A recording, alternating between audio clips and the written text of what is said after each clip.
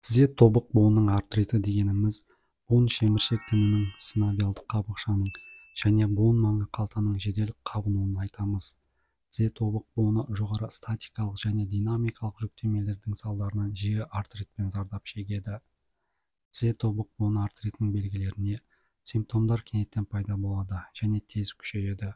Жаяу жүру кезінде және тізе тобық буыны бүгілген кезде қатты ауырсынумен бірге жүреді. Тобық ісінеді, терінің қызаруы және жергілікті температураның жоғарылауы пайда болады.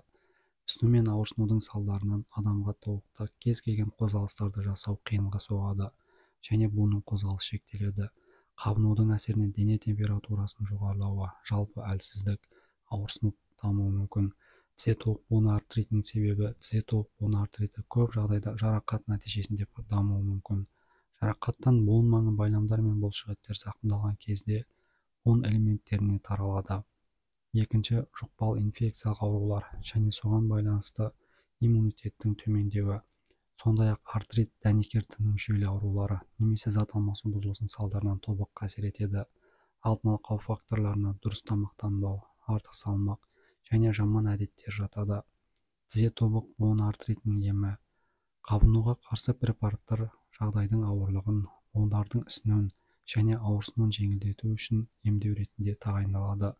Бұл препараттар ибупрофен, диклофенак, мелоксикам, ревмоксикам, кетапрофен.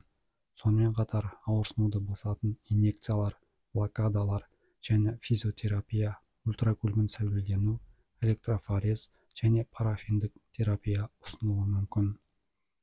Сонымен қатар дұрыс физикалық белсенділік буынның қан ағымын, лимфа ағуын және зат алмасуын ынталандырады.